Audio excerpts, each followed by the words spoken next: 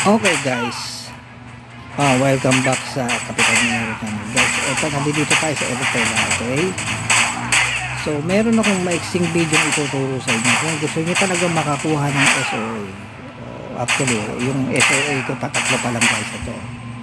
Ayan, para walang dayaan. Para sabihin nyo, baka nagdadaya ko. Ayan, SOA.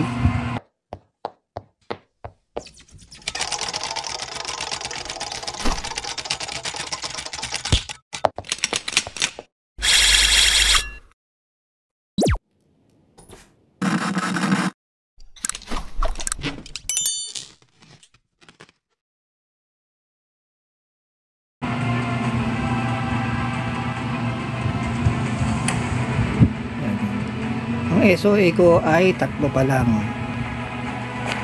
Yan, SOA ko. Seal of advancement ko tatlo. Higher of seal of advancement isa lang. Isa pa lang. Pero tatlo ang kailangan niya. Isa pa lang nakukuha ko. Yung higher of seal of advancement pwede niyo makuha sa guild market. Okay, guild market. Pero yung seal of advancement dito pwede niyo makuha. Paano niyo makukuha dito sa Eritrea guys? Ganito yan. Dito sa Eritrea kasi guys, what do we call this, meron ako nakita probability dito na kailangan ay every 6 hours may papatak ditong SOA. Bakit kamo? Kasi kamo nung isang beses na nag AFK ako dito 6 AM, saktong 12 ng tanghali nakakuha ko ng isang SOA. So yung the following week ganoon na naman na nangyari, 6 AM 12 ng tanghali mayroon na naman. So itong so sabi ko sa sarili ko, gusto ko lang makasigurado kung tama yung probability ko. So last week ganoon na naman ang ginawa ko, 6 AM 12 ng tanghali nakakuha naman ako ng isa. So yun nga yung probability. So every 6 hours meron kang SOA na makukuha dito, pero hindi mo siya basta-basta makukuha kung ganito ang settings mo. Kung ikaw ay naka-unique tapos naka-off yung auto hunt mo, kailangan no limit, naka-use. Bakit kamo? Kapag ganito ang settings mo guys, okay ha, pag ganito ang settings mo, yung unang damage ng monster, kahit hindi ikaw ang nakapatay, basta ikaw ang unang naka-damage, matik sa iyo ang SOA na makukuha niya. Okay? Sa iyo pa rin babagsak yun kasi ikaw nakaunang. Pero kung ikaw yung naka-unique tas naka-off lang yan, saw-saw ka lang. So, ano yan, suntok sa buwan ng labanan ng SOA mo dyan dito. Ganyan ang setup ko lagi, 20 meters lang para malapit kasi dikitan lang naman yan. So, yun nga guys. Pero, a very big shout out muna sa aking guild.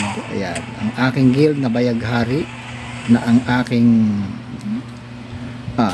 what do we call this, yung aking guild master na si Your Mommy. Yan. Tapos yung aking deputy guild master na si Blaid, at yung bagong promote na si Sayus. Ayan.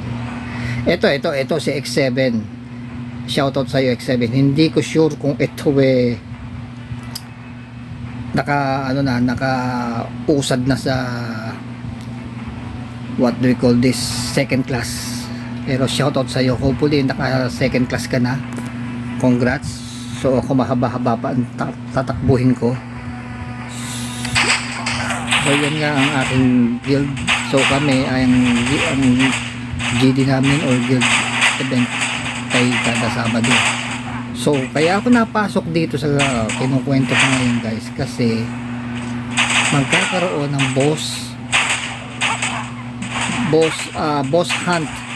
Hindi ko lang alam kung saan ipapasok ni Nitro yan, kung dito sa guild o dito sa party dungeon yung event na yan. Wala akong ka-idea kung saan yan, basta boss hunt event ngayon. So marami kang makukuha dun. May daily, may weekly. Okay, ilang siguro mga 2 weeks lang yung event na yan. Ang aabangan natin guys, pagpasok ng May, this coming May, yung mga event or yung mga tinatawag na mga papasok na event. Kasi magkakaroon ng isang event na pag naipasok na yung bagong mapa or bagong area, ipasok na yung event na yun, magkakaroon sila ng Higher of Seal Advancement Event. After noon, mga 2 weeks after matapos yung Higher of Seal of Advancement, magkakaroon sila ng SOA or yung tinatawag na Seal of Advancement Event. 2 beses mangyayari yung Seal of Advancement Event na this coming May. Okay ha? Hindi ko lang alam kung first week or second, kung third week or fourth week ilalabas yung SOA na yung Higher of Seal. Basta mag-aabang tayo guys, abang tayo. Okay, saan ko nakuha? Sa Knights Pro Korea website ko nakita yan guys. Medyo mga legit naman yan kasi halos linggo lang naman ang pagitan natin sa kanila or a month. Okay, bago ilabas dito sa kanila tinetesting bago ipasok sa global. So yan mga event na yan. So hopefully guys meron kayong nakuhang konting informasyon sa atin.